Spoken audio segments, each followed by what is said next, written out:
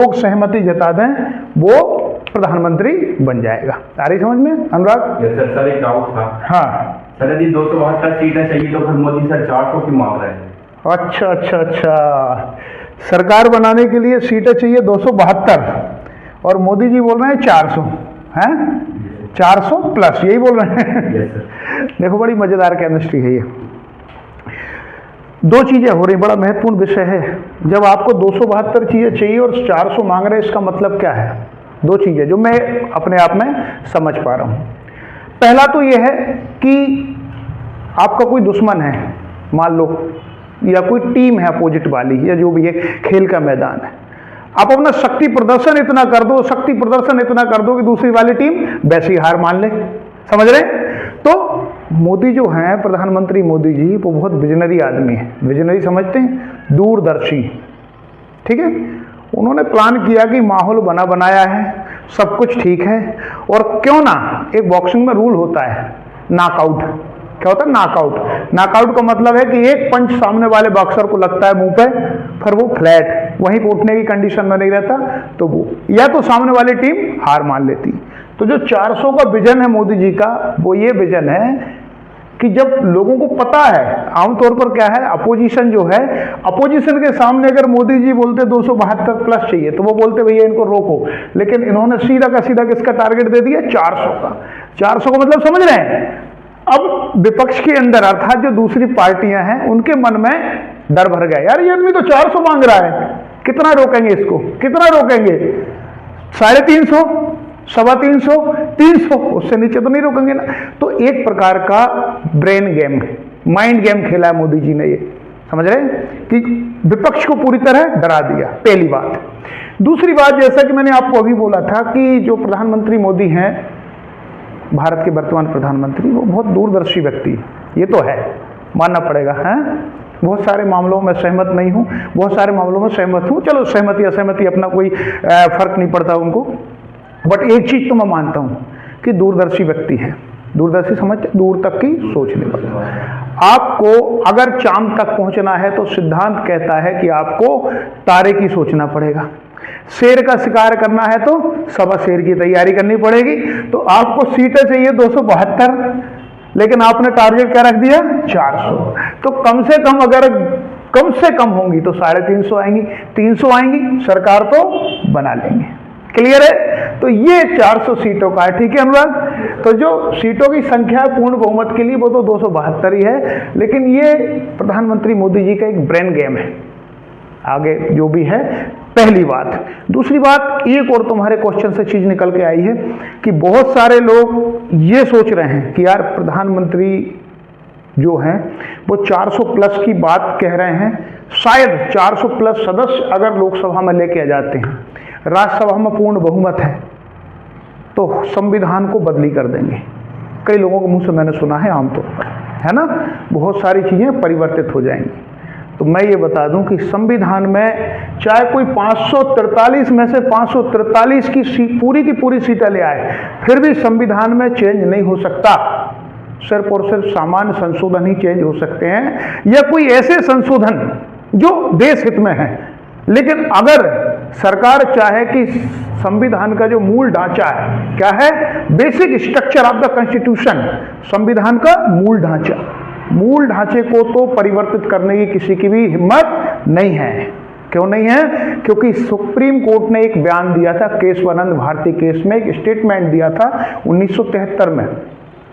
उन्होंने स्पष्ट बोल दिया है, केशवानंद भारती, फिर मिनर्वा मिल केस, ऐसे 2-3 केस हुए, तो अंत में सुप्रीम कोर्ट ने बोला है कि सरकार की मर्जी जितने संशोधन कर ले, सामान्य संशोधन कर ले या विशेष बहुमत से कर ले। विशेष बहुमत का मतलब संविधान संशोधन, और विशेष बहुमत संविधान संशोधन के लिए जो 400 का आंकड़ा है वो पर्याप्त है।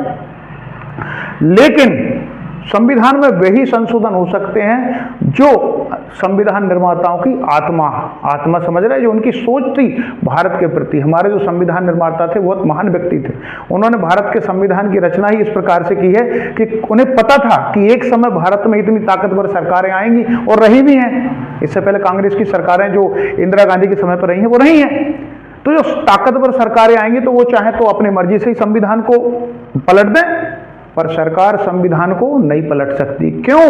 क्योंकि सुप्रीम कोर्ट को अनुच्छेद 13 बहुत बड़ी शक्ति देता है। क्या देता है? बहुत बड़ी शक्ति सुप्रीम कोर्ट को अनुच्छेद 13, जुडिशरी रिव्यू, या हम हिंदी में कहेंगे न्यायिक समीक्षा। क्या है?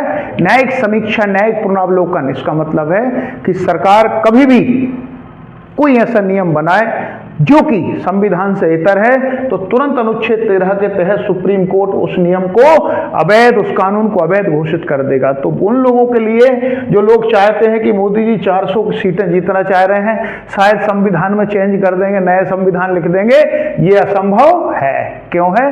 क्योंकि न्यायपालिका का, विधायिका का पृथक्करण दिया गया भारत के संविधान में।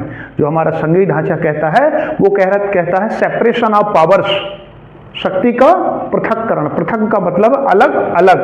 अगर विधायिका कुछ गलत काम करेगी तो न्यायपालिका डंडा लेके खड़ी है। क्लियर है? तो ये चीज तो लोगों को नहीं पालना चाहिए कि 400 प्लस का जो आंकड़ा है वो इसलिए दिया है ताकि संविधान में चेंज कर दें, परिवर्तन कर दें। नहीं, वो नहीं है। बस मेरा जो मानना है, बार बार कि 2-3 लोग और भी पूछ चुके क्लास में, कि मेरा जो मानना है कि 272 सीटों में जब सरकार बन रही है तो 400 का आंकड़ा क्यों दे रहे हैं मोदी जी? तो इसमें बस 2 चीजें हैं। एक तो बहुत बड़ा ब्रेन गेम है। ये ब्रेन गेम ऐसा है कि जितनी भी विपक्षी पार्टियां एकदम से क्या करेंगी? हिल जाएंगी।